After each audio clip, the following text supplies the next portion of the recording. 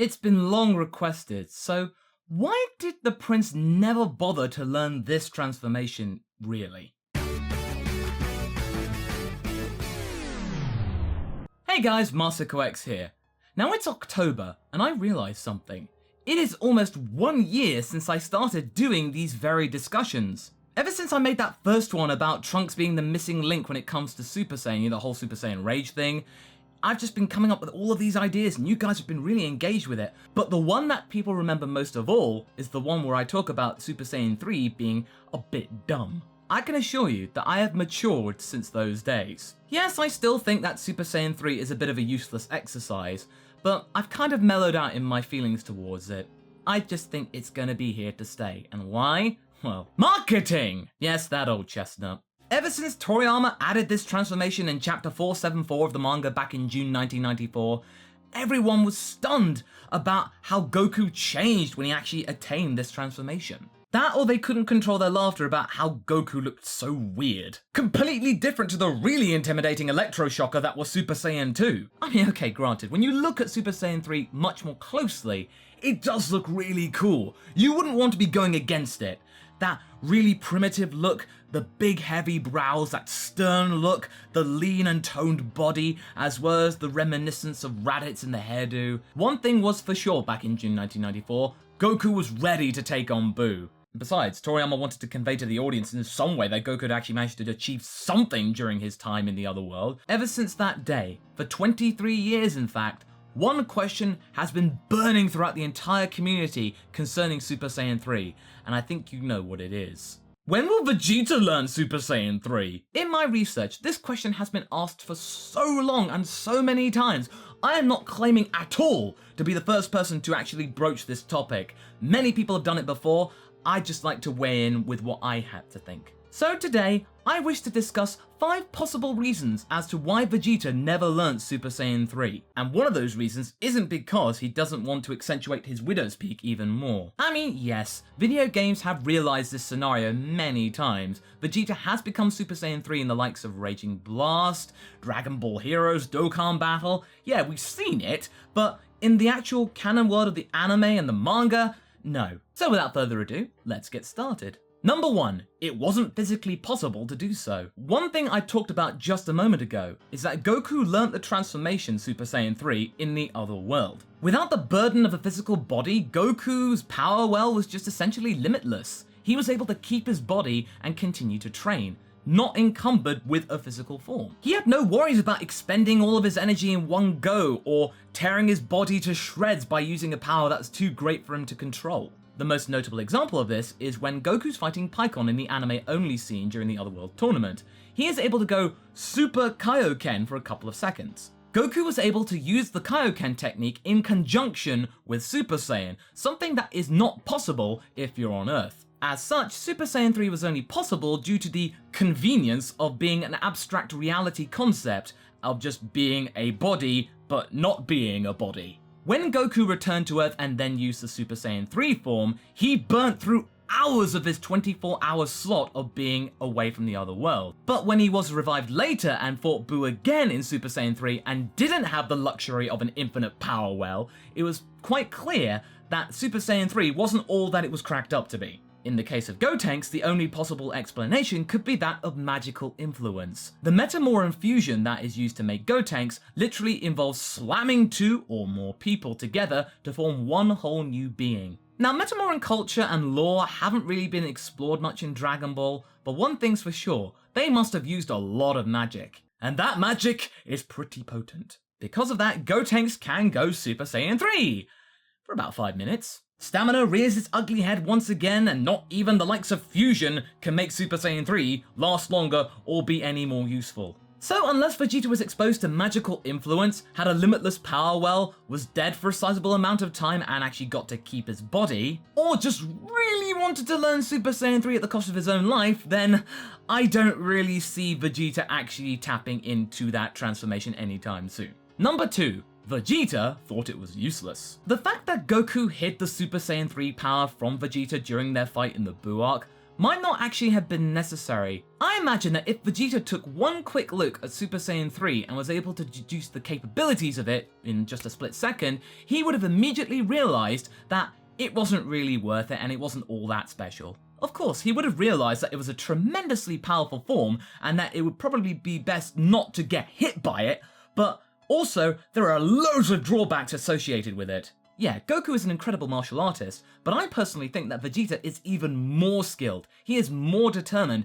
and he is a very fast learner. I think he would have been able to cotton on almost at once that Super Saiyan 3 has got a big stamina problem. Had Goku gone Super Saiyan 3 against Majin Vegeta, then yeah, Vegeta would have had a hard time, but so long as he was able to stay away from any punches and just let the waiting game just take its toll, Goku might have exhausted himself either physically or just using up all the time that he had allotted on Earth. Baba would have just come along, taken him away, or he might have just been immediately transported back to the other world. Or something else would have thrown itself into the ring, most notably Buu being revived, because all that power from Super Saiyan 3 would have been used to revive Buu, unlock the seal, and yeah, it might have happened way sooner than it did in the anime. So yeah, Vegeta might have had some slight inklings, but those inklings would have been confirmed when Goku fought Buu again in Super Saiyan 3 and when Buu was Kid Buu. Goku had a live body, and Vegeta would have just witnessed Goku, yeah, being quite powerful, but also getting very tired very quickly. But Masako, you're just being quick to judge here.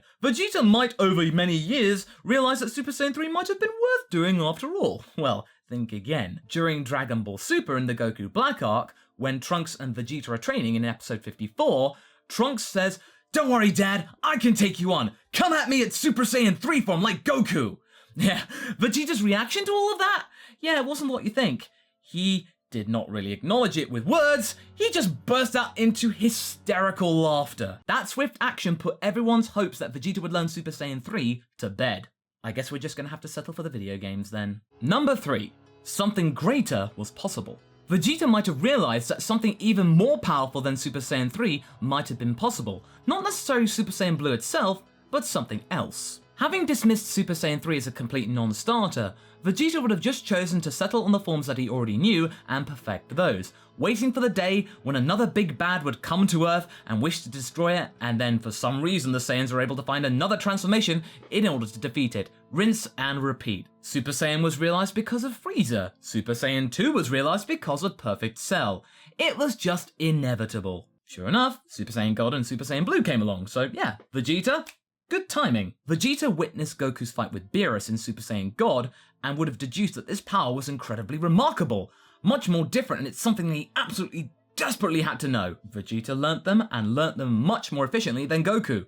Vegeta was able to figure out Super Saiyan Blue on his own. So yeah, Vegeta is a badass. This point still applies even if you don't take Dragon Ball Super into account and just choose to focus on GT instead. In that series, Vegeta was able to skip Super Saiyan 3 altogether and go to Super Saiyan 4 thanks to the ingenuity of himself and his wife Bulma through the Blotzwave generator. So yeah, okay, Vegeta was a little bit of a cheater there, but still, he was being resourceful. Number 4. Mastered Super Saiyan 2 could be just as good. Sometimes you just gotta make do with what you got. For the longest time, Super Saiyan 2 was the best transformation you could hope to achieve. In a way, it was essentially perfect. There were no speed penalties like Super Saiyan Grade 3 or Ultra Super Saiyan.